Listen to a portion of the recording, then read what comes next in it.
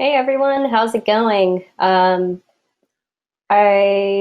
cannot see an audience, but I will just do my best to speak. I hope everyone's doing all right. It's actually kind of sunny in Chicago this morning, so I'm very excited to uh, speak to you guys. So, my name is Amanda Hinchman Dominguez, if you don't know me. And today we're going to talk about a brief history of memory leaks in Android, why they're important, and how you can how you can find them in your own Android application. So, if you write Android in Kotlin, perhaps you've used coroutines yourself or heard of them at least. It's not necessary to be familiar with coroutines for this talk. What I'm really interested in sharing is this timeline that I started drawing out here. The development of coroutines appear to have an interesting drive behind its evolution. You see, when coroutines were first introduced in 2017 officially for Kotlin at KotlinConf, the impression given was that the cost of spinning off coroutines is largely negligible. The message that was kind of sent clear across the board is that coroutines are like lightweight threads. But in 2018, Roman came back to talk about coroutines in practice, and he discussed how coroutines are actually not like threads, but rather a way to structure your code. In 2019, Roman actually clarified a little bit further at the Hydra conference, introducing this idea of structured concurrency. And he clarified a little bit further that a job that spins off those coroutines actually do cost resources, particularly when a resource referenced in a coroutine ends up causing a particular memory leak. But wait, aren't these statements like a little bit contradicting? Well, yes and no. In all technicality, multiple coroutines can be run within one particular thread. So while it's not a thread, it can be structured for a controlled concurrency. So why do memory leaks seem to play a large role in a lot of the talking points and examples that were shown and given in a lot of these talks in 2018 and 2019? Well, I just decided to start digging a little bit more.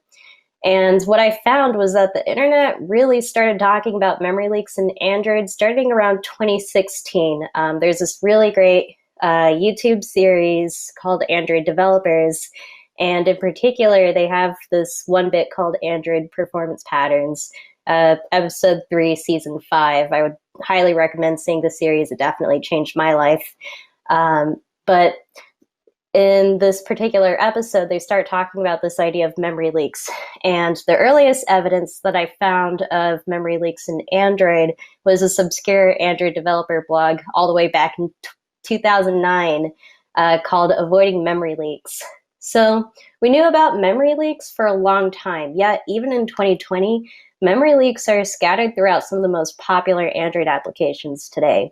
Some of these reasons might include the fact that people were kind of educated to put memory leaks in the code base. Even Roman kind of talked about how Kotlin itself doesn't have any standard APIs to work with resources and doesn't define resources in its common library. And he felt that it's largely the responsibility of the Android developer to make sure how we understand how we're managing our own resources. And if this is a concept that you're not familiar with, don't feel discouraged. Truth be told, memory leaks are really hard. And we seem to be learning new things all the time, as you can see. Like even the experts are finding that maybe we're making some mistakes. Even in my own code, like not even a year ago, I was finding I was putting memory leaks like in my own production code. So, yes, there was actually one more bit too. There was a memory leak that I found in KT1622. It's called Coroutine Does Not Clear the Internal State. This is actually a memory leak that was reported back in 2016. And it's kind of funny. For the first 2 years, people thought that that's how that was supposed to work.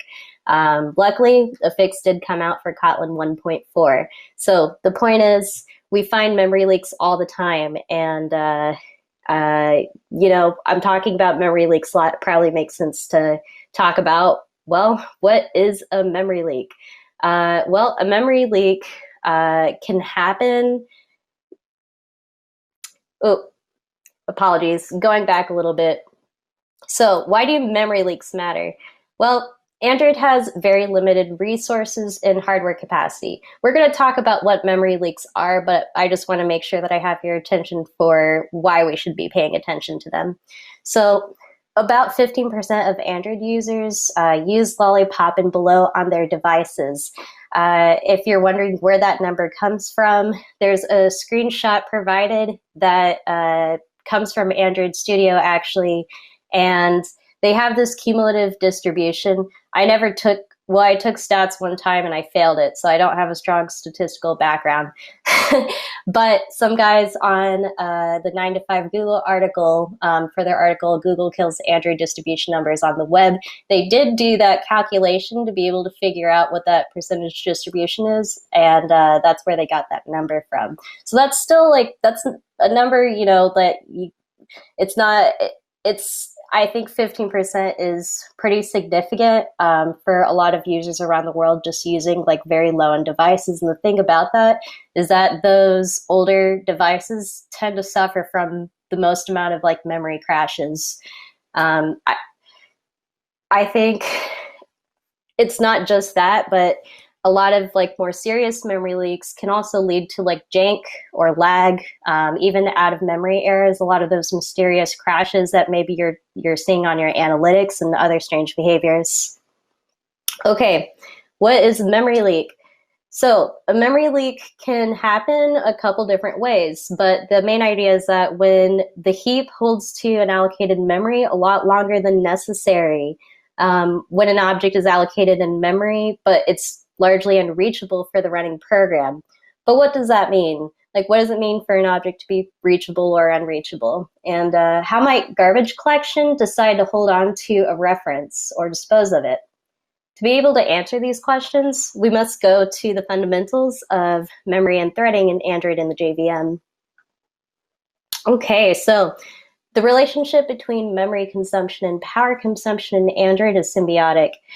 The more memory is freed from allocation, the more power it requires from the device. So when a device is low on memory, battery drainage can become a serious concern, or even worse, bad user experience. Memory also affects the ability to kill and quickly resume your applications. And while it's true that you see less memory-related issues on your devices, it's still important to ensure that your app is still accessible to all your users, including the ones with lower memory on their devices. Hence, it's your responsibility to do everything you can to make sure you're managing your processes to minimize your power consumption and memory consumption. To make the most of its limited memory, a device can use a special hardware to enable special virtual memory capabilities. Android in particular uses a physical piece of hardware called the Memory Management Unit, or the MMU. It's a piece of hardware that can map applications into physical spaces in memory, but uses a virtual address space to track the memory occupying the location at runtime. Android virtual memory in particular is based on paging, which is a system where RAM is divided into these pages. In Android, these pages perform swaps between the RAM and the page file. And you can have 3 different kinds of pages. You can have used, cached, or free pages. And in addition, many of the RAM pages allocated for the framework is allocated for framework code and resources that are intended to be shared across all app processes. So the Android memory sets a hardware limit of how much memory is allocated to the virtual memory. And if that application needs more memory for any reason, it would have to take a look at the cached pages to see if maybe there's not any more being used. But for the system to interact with the hardware is kind of expensive. And since that requires hardware component interaction with the Android memory unit, that leads to battery drainage. So likewise, clearing out a page in caching and loading new memory in the free page can take additional time and resource consumption. So we talked about virtual memory and how it makes most of its limited physical memory in the Android device. But this only describes the mechanisms of how applications are stored and loaded. But what about dynamic memory allocation for objects created at runtime? Well, application initialization, a program in the Android OS called the Zygote will fork a new instance of the virtual machine at runtime. In turn, the VM will create a store for dynamic memory allocation, which is called the Java heap. Every application has its own process and heap. Android will set a hard limit for the heap size for every single app, which will vary from device to device, depending on how much RAM there is to work with.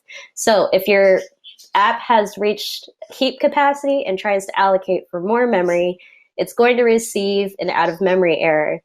Since the days of the Dalvik heap, several improvements have been made to better self-manage this memory at runtime. And to prevent further fragmentation, the Android runtime heap will organize objects by size and age, and they put them into these buckets. So for this reason,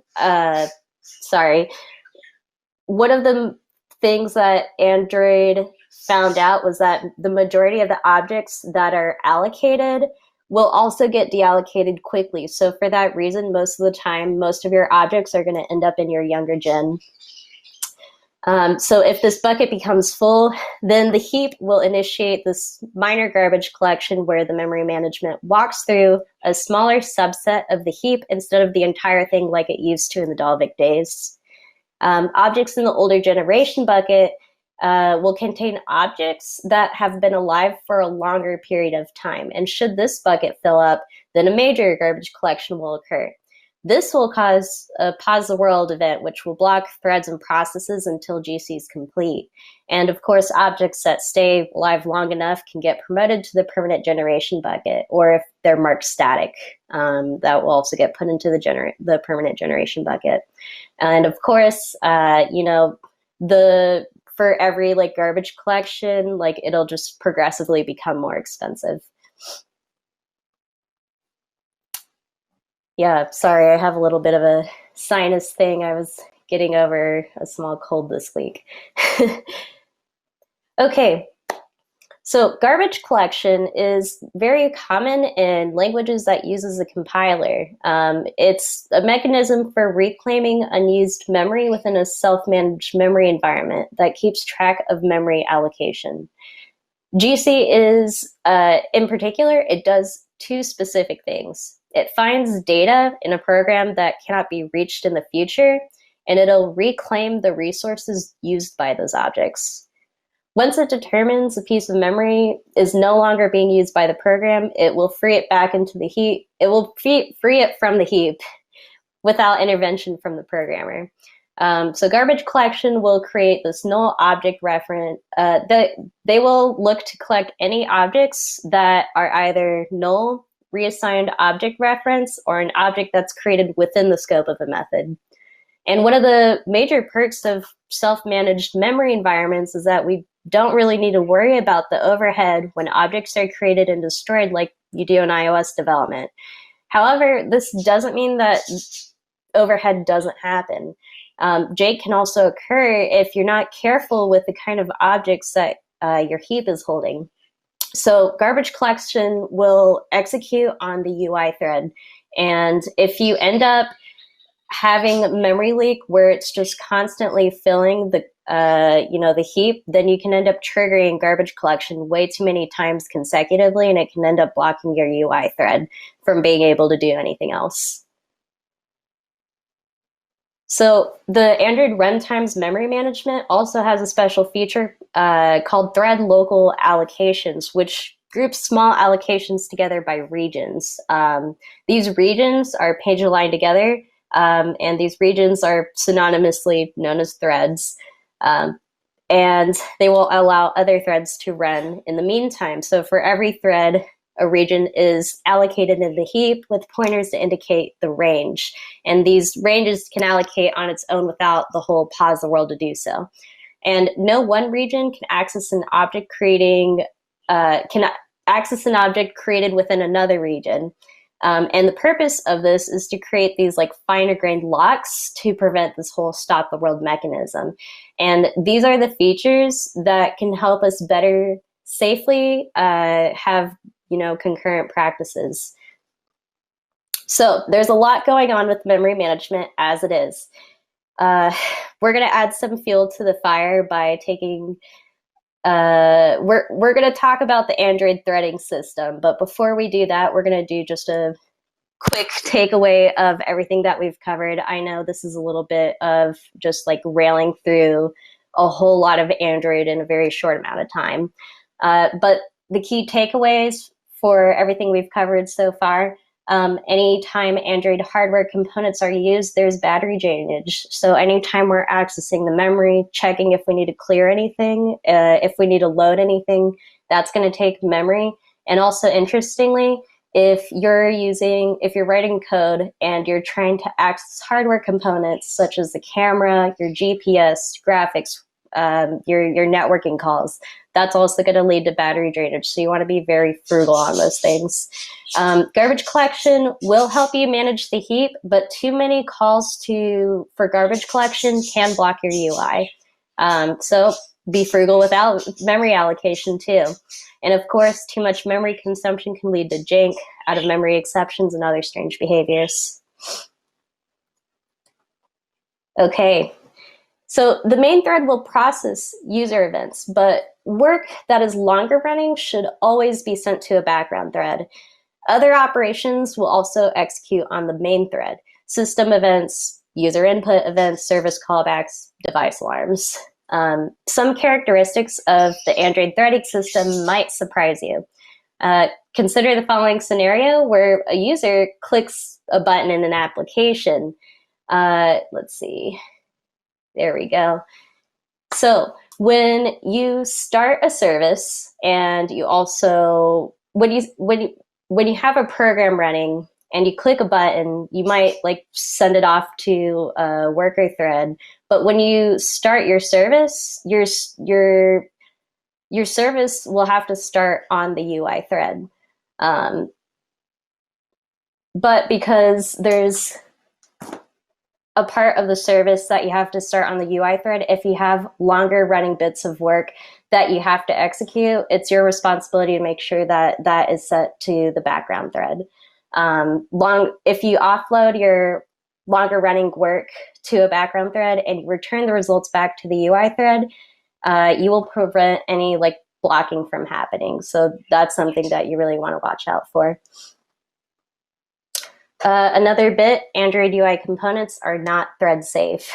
The Android UI toolkit has a special threading system to handle Android components like views and view groups, which can only interact with UI widgets and views on the main thread. UI views are not thread safe. Android components must be confined within the UI thread at all costs. So if you try to modify or reference them on other threads, it can cause runtime exceptions, errors, and other strange behaviors. So when a user is on an application, for example, and rotates the device, well, the activity is destroyed. And not only must we be concerned with the data that we wish to preserve in the view state, but we also must be vigilant for potential memory leaks. If the activity that the rotation destroyed spawns a bunch of worker threads, for example, those threads can still contain unreachable references to the activity if, for example, you made a reference to a view in the worker thread. So even though the activity instance held in that worker has been destroyed, it's not going to be reachable, and this is kind of like how your memory leaks start happening. Okay, so key takeaway, every Android component has a life cycle of its own. Every thread also has a life cycle of its own. Killing an activity or even the UI thread will not necessarily kill your background thread. Don't block your UI thread. That's really, really important. And you want to make sure that you're not accessing components from the UI toolkit from outside the UI thread. So we're not only talking about context, views, fragments, anything like that. Just avoid putting it in anything other than the UI thread. And also, I think this is kind of a good rule to run with too.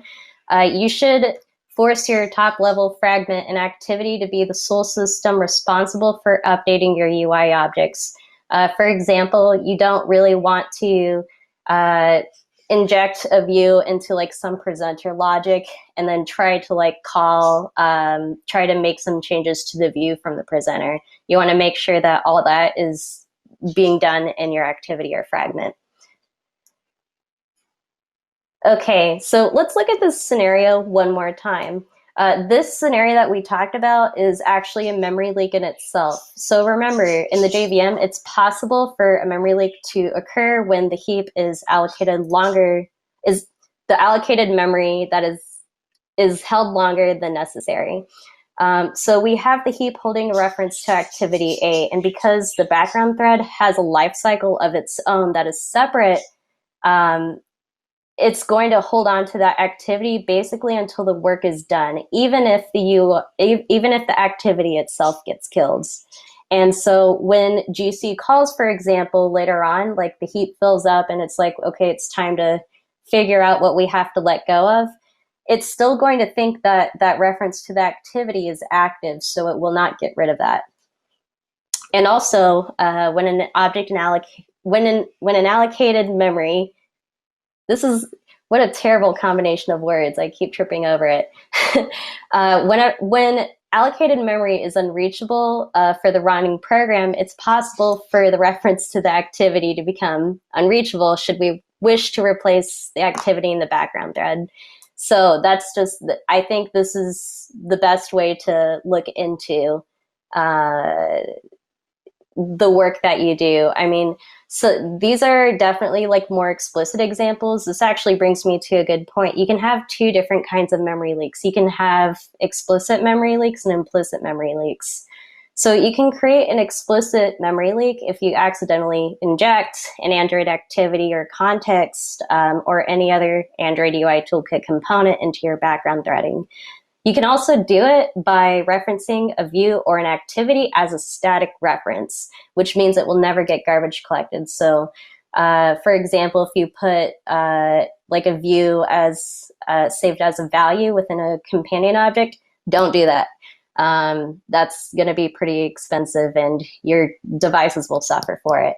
I have an example on this particular slide. This is just some like paginate function for maybe like an outdated view pager.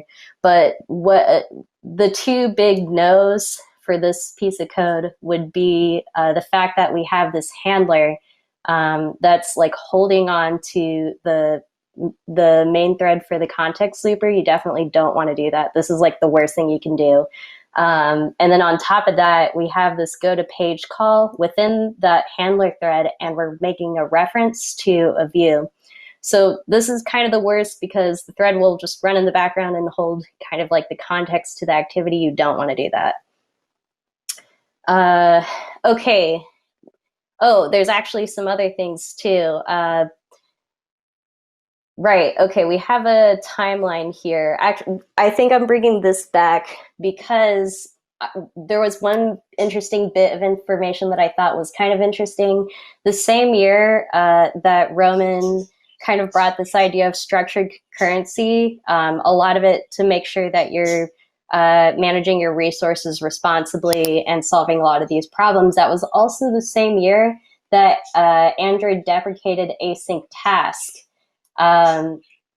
Until AsyncTask had been deprecated in late 2019, it was one of the most commonly used Android primitives to send a task to a background thread. And despite its good intentions to enable easy multi-threading in Android, its most common uses were for integrating results back into the UI, which often ended up causing memory leaks, missed callbacks, and other unpredictable behaviors. This was really unfortunate because this was shown in a lot of tutorials, documentation, and a lot of examples. But unfortunately, it's actually an implicit memory leak. So this is the other kind of memory leak. This is not the only way you can get an implicit memory leak, but it's definitely a popular one. So you have an inner class extending async task within an activity or fragment. And this is going to hold an implicit reference to the enclosing class until the object is destroyed. If the main activity is destroyed, then an implicit reference could be held to some async task should the thread be still running, meaning that the heap would end up holding a reference to the main activity, even though it's already gone and we're not using it. But this could lead to an eventual memory leak. Many tutorials over the years have offered the option of using a weak reference to hold the Android UI toolkit component like context or view. Theoretically, when the weak reference wrapper is deallocated, then the reference to the fragment should also be deallocated, preventing the possibility that a reference is held longer than necessary. But the catch, I feel, is in the unspoken precondition. Remember, a weak reference is not lifecycle aware for Android UI components like activities, fragments, context, or views. So when you finally get a reference to the fragment, you need to make additional checks on the state of the fragment. And for me, I think that's a potential code smell for hidden memory leaks. Can you do it this way? Yeah, you can. But let's face it, trying to work with Android lifecycle components can be tricky. And like null safety, depending on every developer to deallocate objects in memory according to the lifecycle of an Android UI component is kind of a job I think could be avoided altogether whenever possible. So there are other ways of ensuring notifying changes from one thread to another. So for example, you could use an RX bus event in AsyncTask whenever a view is destroyed, and the views would have to unsubscribe to the event bus. Or preferably, you could be using view models and live data, which is part of Android Jetpack and integrated with activity lifecycles and fragment lifecycles so that it can clean its own references up. Okay, right, a little bit more on implicit memory leaks. So memory leaks they can be permanent, and obviously those are really, really bad. But the definition of memory leaks, when a reference, it also applies to when a reference to memory is held longer than necessary. So not clearing view references in a fragment's onDestroy view can cause views to be retained using the backstack. This might not be a big deal for smaller applications, but applications that are a lot larger might end up having those small leaks accumulate, leading to an out-of-memory leak. And I thought this particular bit was kind of interesting because Google themselves, I did attach a link at the very bottom for the issue tracker on Google where someone did report this, but the guys at Google said that they didn't really consider this a memory leak, but I think the maker of Leak Canary had to disagree with that just because he's running with a stricter definition of memory leaks. And I think, it's up to you to decide how you want to do it. If your application is smaller, maybe these things don't matter as much. But I think if you're running like large scalable applications, these are things you got to be extra careful about because it really does add up over time. So make sure that you're clearing even like third-party references. If it's a view component, make sure you're clearing it in your onDestroy view as well. Okay.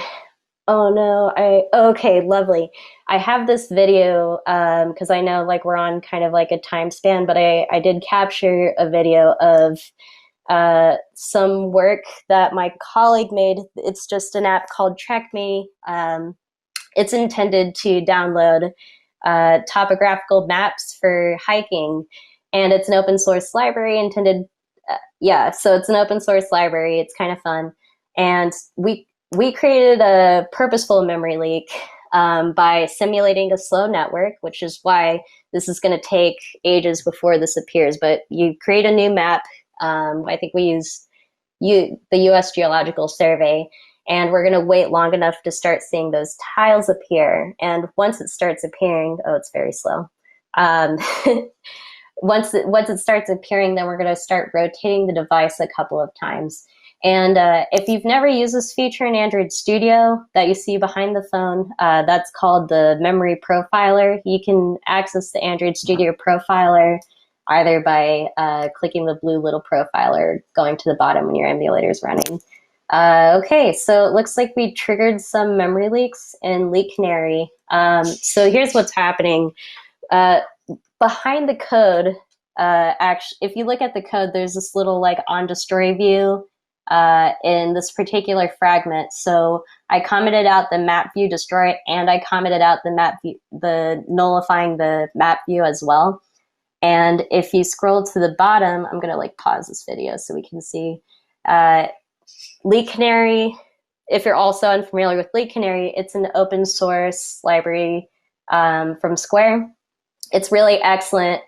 You can look for explicit memory leaks yourself. Implicit memory leaks tend to be a lot harder to find.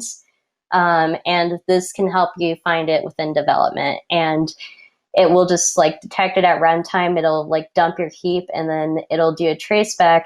And you can see here that what we're leaking is an instance of our fragment, which is crazy because you wouldn't think that forgetting to like nullify like one map view reference would just hold also like an implicit reference to the entire fragment. Right, so map view in particular has internal threading and uses this like tile provider to fetch these tiles. And when we rotate the device, onDestroy view is invoked since it's a fragment. Like I said, we intentionally commented out this map view destroy and map view null, and that would be responsible for causing the background threads to stop. But since we commented out, it's still running. And unfortunately, those threads have an implicit reference on the map view itself, so the map view leaks. And the map view, like any other views, will have an implicit reference to the parent context. So faulty design is why we didn't stop that ongoing work. Okay. Here we go. All right, so some tidbits for avoiding potential memory leaks. Profile your code. You're not really going to know what's going on with your code until you really start digging into seeing what's going on. And profile how you interact with the Android API framework. The only two things you got to the main thing you really have to look at is just like your code and how it's working with the OS. And you can do that with Android memory or Android profiler. Follow the constraints of the Android threading model. Make sure you're not blocking the UI thread. Make sure you're not making those Android UI toolkit component references like accidental lame background threads. Like I said, profile your app with Android Studio or Leak Canary. And I think this is kind of an important one too. As you can see, kind of in the history timeline, we're finding that we're creating memory leaks all the time in places we thought was okay. And I think it's really important to ask yourself, could I possibly be interacting with a hardware component? Are you working with databases, networking, Android graphic locations, et cetera, et cetera? Make sure you're paying special care to your static references since they're stored longest in the heap. Never store Android components like activity services or views. Don't make references to activities, views, contexts, and other Android components outside the UI thread. And use glide if you can, but if you have to work with bitmaps, make sure you're, doing your recycle and nullify calls. And of course, avoid the use of persistent services whenever possible. I know we didn't really talk about services at all in this talk, but I do have to say that a lot of the content of this talk did come from a book that my colleague and I are working on. It's called Programming Android in Kotlin. I actually just finished the first draft this week. I'm really excited, and I think we're going to be having an early release. But we do talk about a lot of the points that I kind of glossed over at the very end, and I hope that you'd be looking forward to it. And of course, you can follow me on Twitter if you ever want to see me just post a lot of trash or fun facts or Android related stuff, whatever. Okay, yeah, these are the sources, of course. I would highly recommend digging through these. I think these are kind of fun. But other than that, thank you so much. Please let me know what questions you have for me. Oh, I see I have two. Let's see. Okay, which emulator did my example use? That's a really good question. Let's go back to that emulator. I feel like what I normally use is like the Pixel 2, but that particular one did look a little bit older. Oh, I went too far.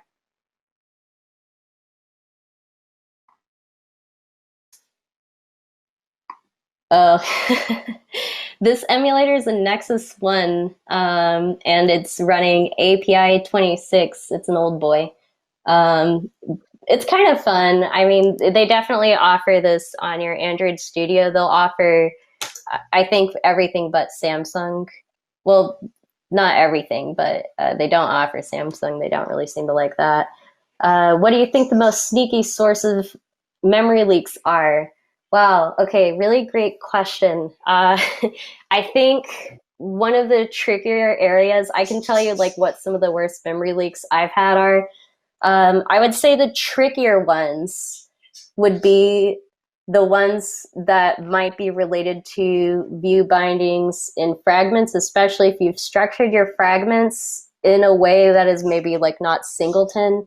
If you have anything depending on each other like that, I think maybe like the more egregious memory leaks could be the ones related to any, if you're sending God objects through a thread pool, don't ever pass context through that stuff. Like that's just like, not only are you making that your architecture and you're attaching memory leaks to the literal spine of your application, but it becomes really difficult. Like not only is it incredibly harmful for your application, you want to make sure that it's also just hard to get rid of. I would say there's another example too, and of course I talk about this a lot more in the book, but so you got to make sure that you understand how you're using services too. Like most of the time, if it can be like a job scheduler or be used by a work manager. Sorry, my birds are very excited, and that's what you've been hearing the whole time. So if you have services, check to see if you can use job scheduler or work manager first. Make sure you understand the difference between a started service and a binded service, because if you have started a binded service, you can attach a lot of different components to that service, but that service will run for as long as those components are not unbinded. So that's really important. So it's possible to start an unbinded service and forget about it. And like even when you leave the application, that app component is still going to be running and like killing the device. So there's so many different ways it could be causing memory leaks. And some of the best ways I think to detect those is these two examples that I kind of talked to you about, Leak Canary, and also if you see with Android Studio Profiler, you can actually look at different things. So I think we focused mostly on the memory. I kind of wish that I showed an example of recording the memory, because it does this really nice thing where it'll do a breakdown of your app components. And then also there's also a really great source that a coworker introduced me to recently. It's like Eclipse. Oh my gosh. It's Eclipse, like memory analyzer, I think. It's free, you can download it, and it like gives you even more of a granular breakdown of that sort of thing. Okay, I don't know if there are any other questions, and I'm trying to be mindful of the time too. If you want more, I just want to thank Amanda and buy me some more time to everyone to ask the questions. Thank you for a great talk. I think memory leaks are one of the advanced topics of Android, and you don't have that much resources to learn about. You really don't. Yeah, it's really difficult to grasp. So I would have one question. Meantime, for somebody who is starting, what you would recommend as a starting point to learn about this topic? Yeah, I think maybe the best introductory, because I know that this was like very like in the weeds, very deep, and like I went really hard really fast, and I know there was a lot here. I think one of the most user friendly books, or sorry, not books, it's actually the video series that I was talking about. I'm just going to pull it up so you guys like see what the playlist looks like. They literally have like 5 seasons. I think I like went through like maybe 3 myself. And I was like, just kind of, I found it to be a humbling experience.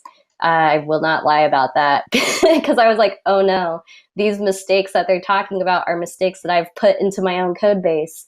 Uh, so I'm probably gonna exit out of this really quick just so you can see what that is because I think it's really important. Perf matters. And I would 100, if you have not seen this, please definitely make sure you're taking a look at it. We're gonna get to YouTube, and YouTube will know exactly what I'm talking about. Yeah, yeah. I think Yeah, most of us sometimes are not even aware that they're making memory leaks. If we oh, aren't using leak canary or stuff like that, we can just notice that our app is slower, and that's all. it's true. So yeah, like I said, there's like the obvious memory leaks, which is like, oh shit, like I put context right into the code, like I injected it right into a thread. So this guy right here, this crazy looking guy, like amazing. Like I've learned so much from this series in itself, and it's like very, oh my gosh, it's Yeah, cool. so it's yeah, but they have all these amazing topics right here. So it's like performance. A lot of these are performance patterns. It covers basics on memory threading. They do have visuals, and I think this is a great place to start. And I did see that somebody asked when can they pre-order the book. I feel like early 2021. It's going to take a couple of months to go through reviews. And yeah, I'm kind of excited. I'm a little nervous because, I kind of spent all this time explaining that even like the creators of like Android and Kotlin realized that they made mistakes in code. And, Pierre and I, that's my co-writer, we spent a lot of time like digging not only into what I'm showing you here, but we were also digging into, GitHub keeps a lot of the Slack conversations just to try and find historical understanding of what's going on here. And we do have the way that we kind of like structured our book. The point is to get you to structured concurrency, but really we're trying to give you a solid understanding of how Kotlin solves a lot of these issues that the JVM ended up creating with Android. It's a very complex system. I'm not going to lie, like we're so early in technology development. Like we're going to look back on Android development in 50 years and realize like how, janky it was. So I think memory leaks are hard, but I think you have to be kind to yourself. I only found out a year ago I was putting memory leaks in my code base, and I can tell you, like, the top companies in the world have recently found out we're putting memory leaks in our code bases. So don't worry if you think like, it doesn't reflect on you as a developer. This is an incredibly senior topic, and I've been finding that a lot of seniors didn't know about this either. And I was digging into documentation, and we were like kind of being instructed on the wrong things, but like they didn't know better either. So I think we just have to be kind to ourselves with open source development. Yep, I think this statement is the most important one. As you said, this is advanced senior topic, and Yeah. nobody should have imposter syndrome because they don't know about this topic. So that's something that everybody needs to know. This is something you learn over the time. So yeah, don't be afraid if you don't know that. Yeah, there is still time to learn it. Yes. Okay, we have here one more questions. Yeah. Two more, yeah. Oh yeah, okay. There are two more. So there is Martin. I do want to answer your question because this is incredibly important.